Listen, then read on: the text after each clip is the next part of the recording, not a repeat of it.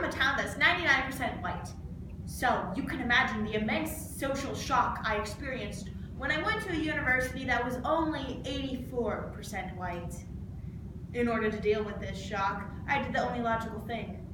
I joined a sorority. So I consider myself a bit of an expert when it comes to white people. To prove this, I will shotgun this can of La Croix right in front of you. Just joking. It's a gag. Get it? Anyways, this is around, not a frat backyard. However, when talking about white people, it seems that you can't avoid the topic of feeling like the world is somehow slighted against all of us. That's right, reverse racism. Because according to a Public Religion Research Institute poll, 43% of white people think that we face more discrimination than African Americans. What? And while the topic of reverse racism isn't new, it's become disturbingly relevant in the era of Trump. Kind of like Ann Coulter. And this isn't a small minority in Alabama or something. This is a growing majority of a group of people that wield more economic power than any other. And so today, we must debunk the myth of reverse racism by first understanding how reverse racism can't exist, second, causes that cause belief in reverse racism, and finally, some solutions to what white people are calling, it's like so racist, there's no BET for white people. It's home HGTV! Now let's get one big glaring roadblock out of the way. There's no such thing as reverse racism. Okay, good. No one stood up and screamed, "The South will rise again." So we're on equal footing. According to a 2010 article, The Pedagogy of the Meaning of Racism, I know it's old, but it conveniently boils racism down to two components: prejudice and power. First, prejudice is the innate hate or bias of something or another. And let's get one thing straight. People, regardless of race, can be hateful, biased, xenophobic, discriminatory. They just can't be racist. I mean, have you met Ben Carson? Also, white people have been pretty prejudiced against people of color for a really long time. Do I need a source on that? Or are we in a general agreement? Okay, good.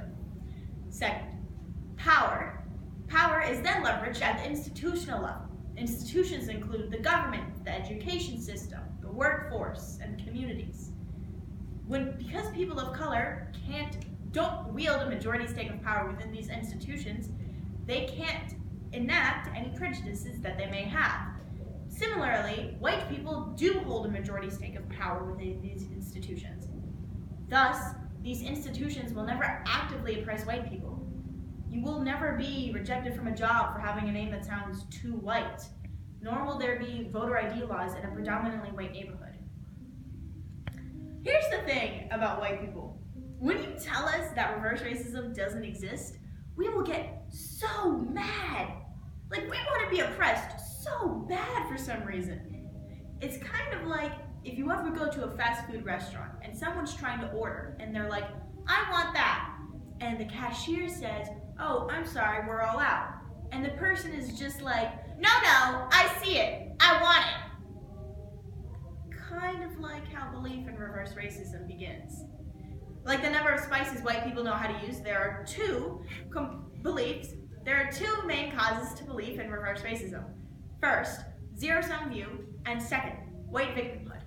First, zero-sum view, according to a social science research network paper published in August 2015, is the belief that as people of color gain rights and advancements, then by some law or degree, those rights must be being taken away from someone else. Confused? Don't worry. Representative Michelle Bachmann explains that because the government has no rights to give, then when a special group is granted rights, then those rights must be being taken away from someone else. Oh, Michelle. First, you can find a hairstyle that doesn't make you look like an extra from an episode of Stranger Things. And second, oh my God, you are so confused.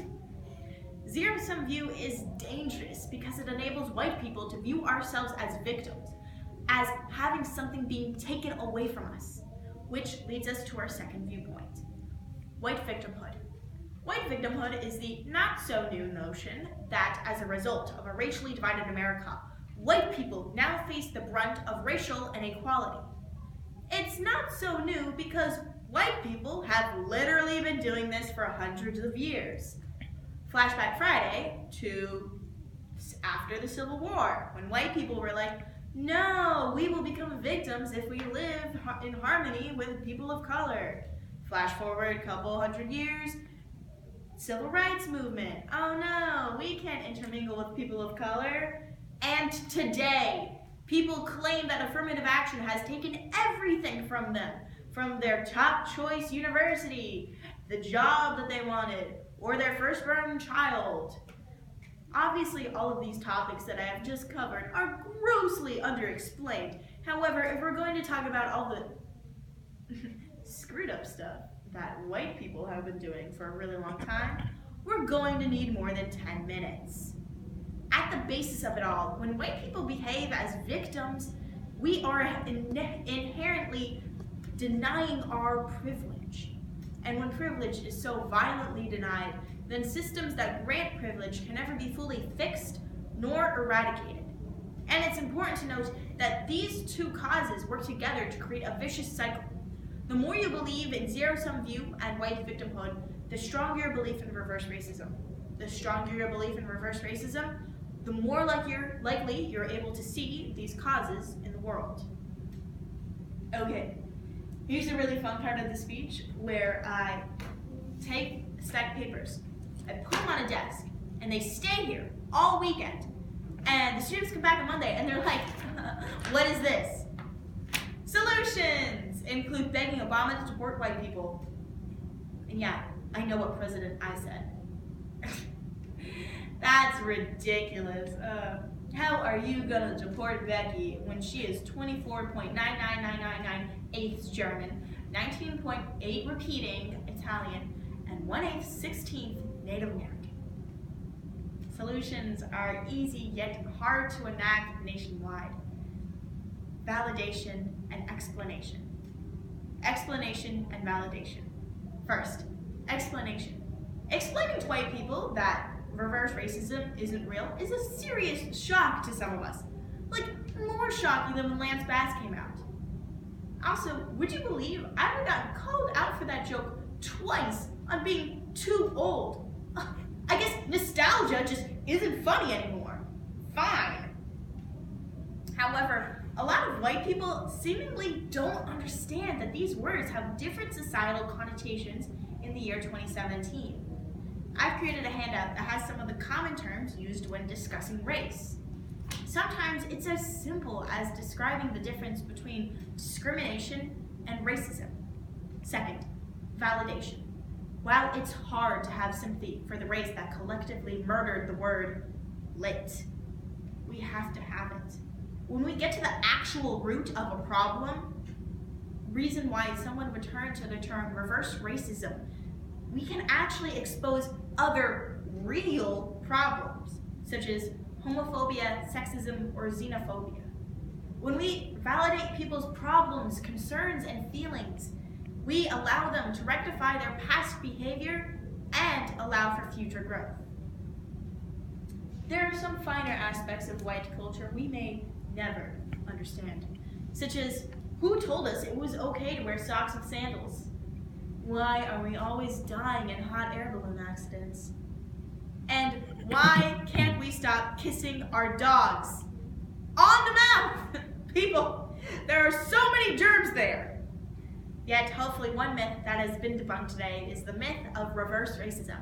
because its causes of zero-sum view and white victimhood can hopefully be eradicated through explanation and validation.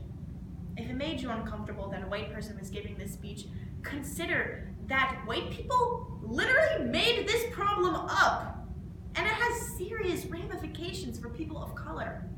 We unfortunately all have to work together to fix this problem, and hopefully find a new myth for white people to obsess over, like Bigfoot or Donald Trump's tax returns.